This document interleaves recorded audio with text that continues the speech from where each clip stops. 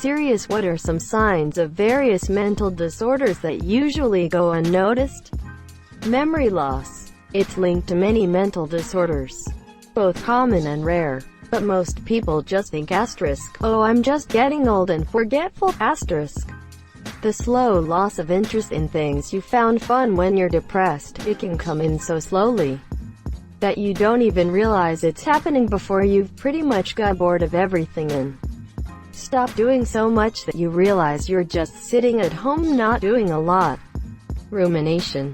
Repetitively going over a thought or problem without completion is a pretty much invisible symptom that's common to a lot of different mental illnesses like depression, anxiety, and PTSD.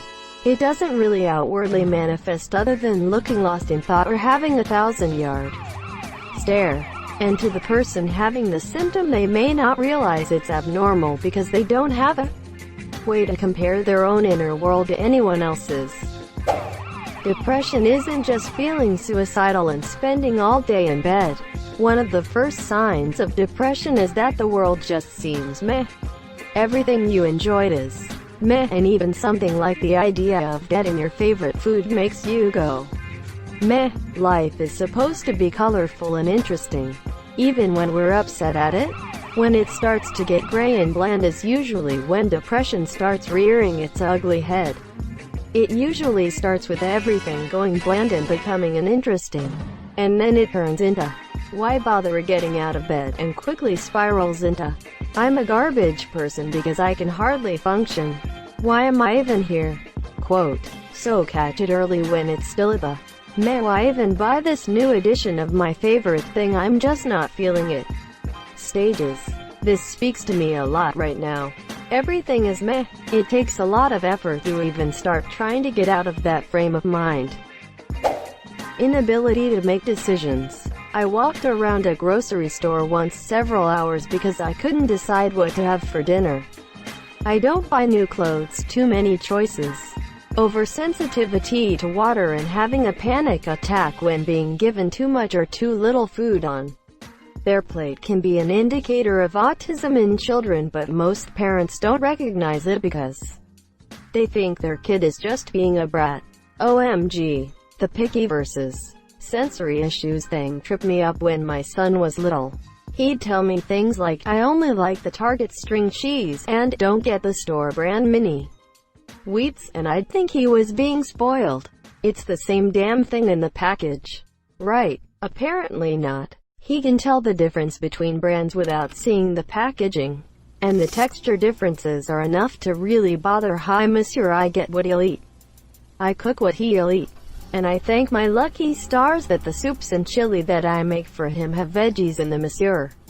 Thank you for sharing this story and learning how he things communicates. Our daughter used to get very upset when we had the air turned up in the car.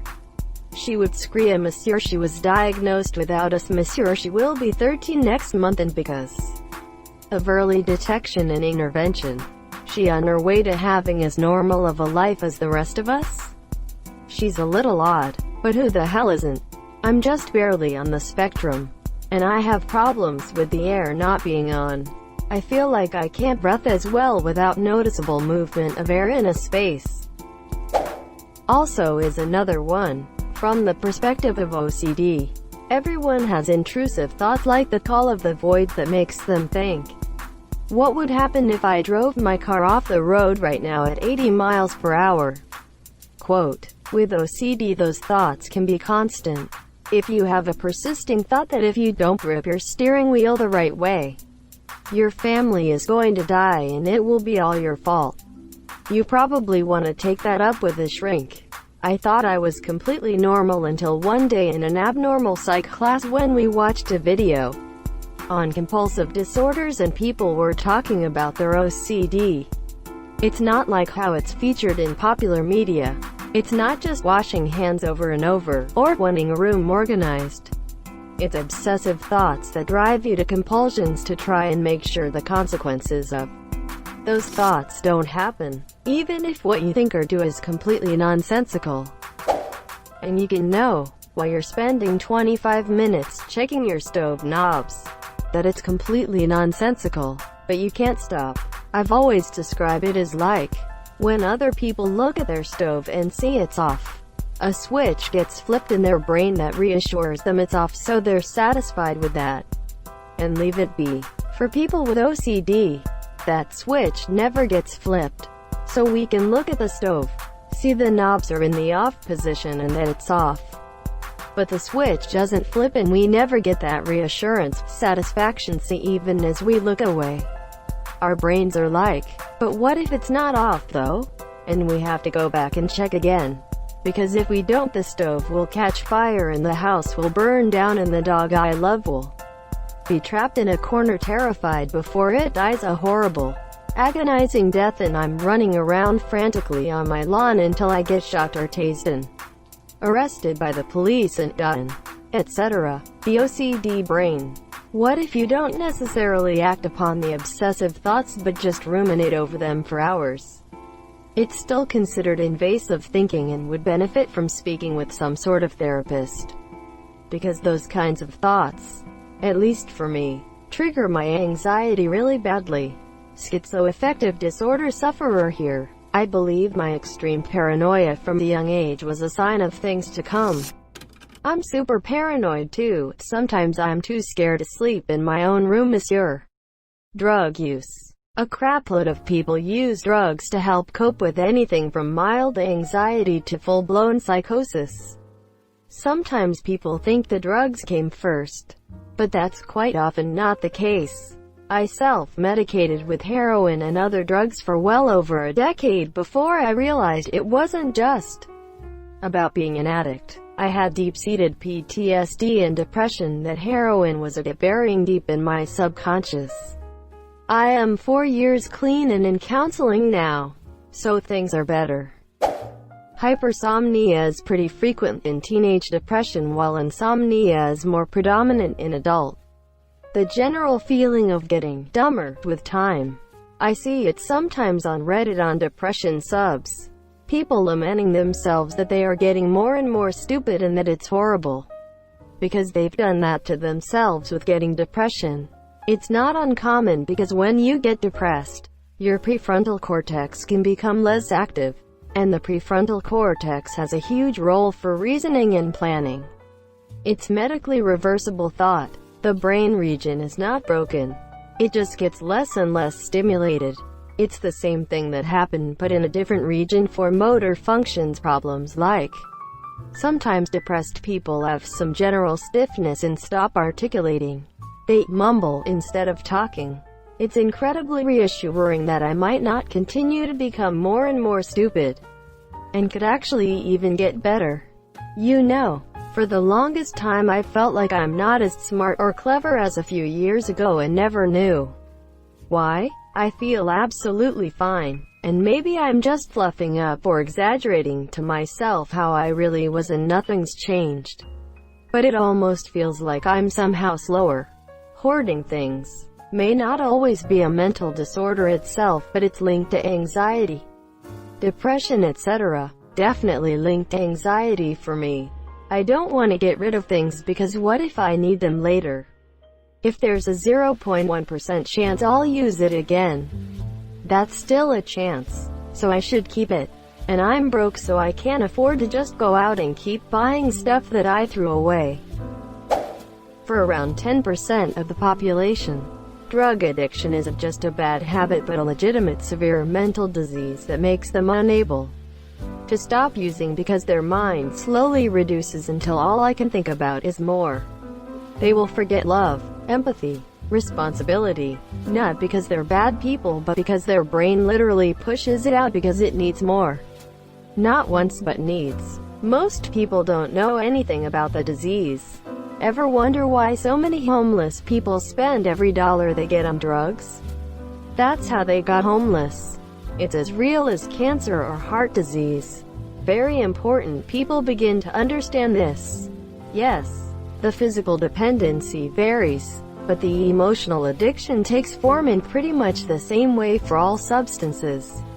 It doesn't even have to be a substance. Anything can become an emotional addiction. It's very real, and this is why they have to go to rehab. you can suppress most of the physical symptoms of withdrawal, which are partially psychosomatic.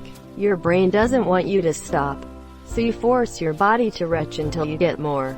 Excessive talking, quickly changing subjects in a conversation, easily embarrassed, extremely emotional, quick recovery from bursts of rage. My brother was treated for ADD due to his academic struggle.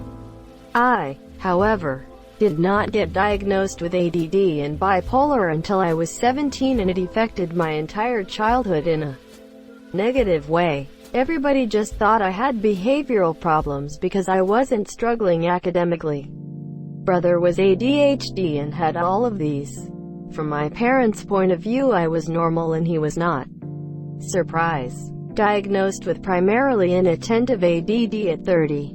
If you have a super hard time with motivation, procrastination, and you think about things constantly, take a look into it. Change in appetite. Many think that just not eating is a sign, but also overeating is a sign of a few mental illnesses. Also sleeping. Not only is a not sleeping enough a sign, but oversleeping is also a sign. Such as a person getting 10 hours of sleep but still constantly sleeping past 1300 and being sleepy all the time can be a sign of mental illness. Being up the wall with energy one day and unable to get out of bed, on the verge of tears the next. Manic depressive bipolar disorder? Maybe. I'm told, why can't you just be normal? It's exhausting putting up in front of normalcy in this state. It shatters me. I've never been diagnosed, but my mother has. And I am so much like her. IDK, but people seem to look past mental disorders and blame it on being crazy, like it isn't something that is actually off in your brain. It can be frustrating. I am like you. I am diagnosed bipolar. Best advice I can give is find an art form you like and try to master it. Keep up with exercise and practice meditation or other similar ways that will give you control over breathing. If you can control the breathing, you can control the racing thoughts. If you do these 3 things regularly, you can and will be mentally healthy. Being overly sensitive definitely goes unnoticed as a sign.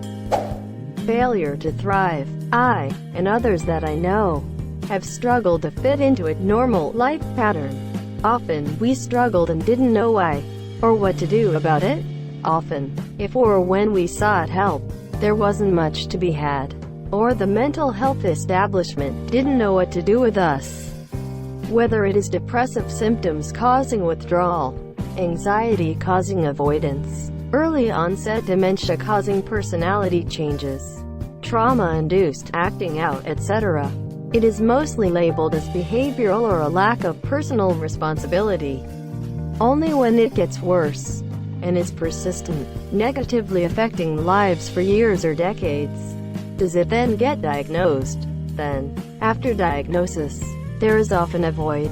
Triage means if you are depressed, but not yet suicidal, there are no resources. Suicidal but not yet attempted means once a week outpatient talk therapy, like cognitive behavioral therapy. Attempted might mean a short stay in hospital, but no long-term supports. Everyone, the helping professions included, are doing the best they can.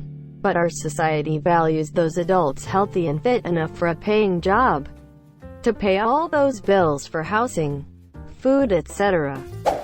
We don't do a good job of defaulting in disability accommodations into daily life, even for physical disabilities. There is less intentional supports, paperwork, programming, funding, etc. for mental illnesses. So, it is a struggle, mostly alone, in a void, coping with symptoms that the medical community, scientific and medical communities still have an underlying bias about just not trying hard enough. And even if they didn't, the system is too overwhelmed to give real support. So, falling a bit behind in life because of mental illness, its symptoms, its stigma, leads to falling further behind in life. Simply housing and feeding people struggling, not with a shaming, impossible strings, endless expectations, and limited scope that come with current programs would give so many people struggling with early symptoms a time and place from which to stand to get help. Also, Crisis lines might be a person to talk to at a critical moment, but they aren't some panacea. We need systemic fixes, not just revolving, momentary, reactionary crisis supports. Thank you so much for watching and have a good day.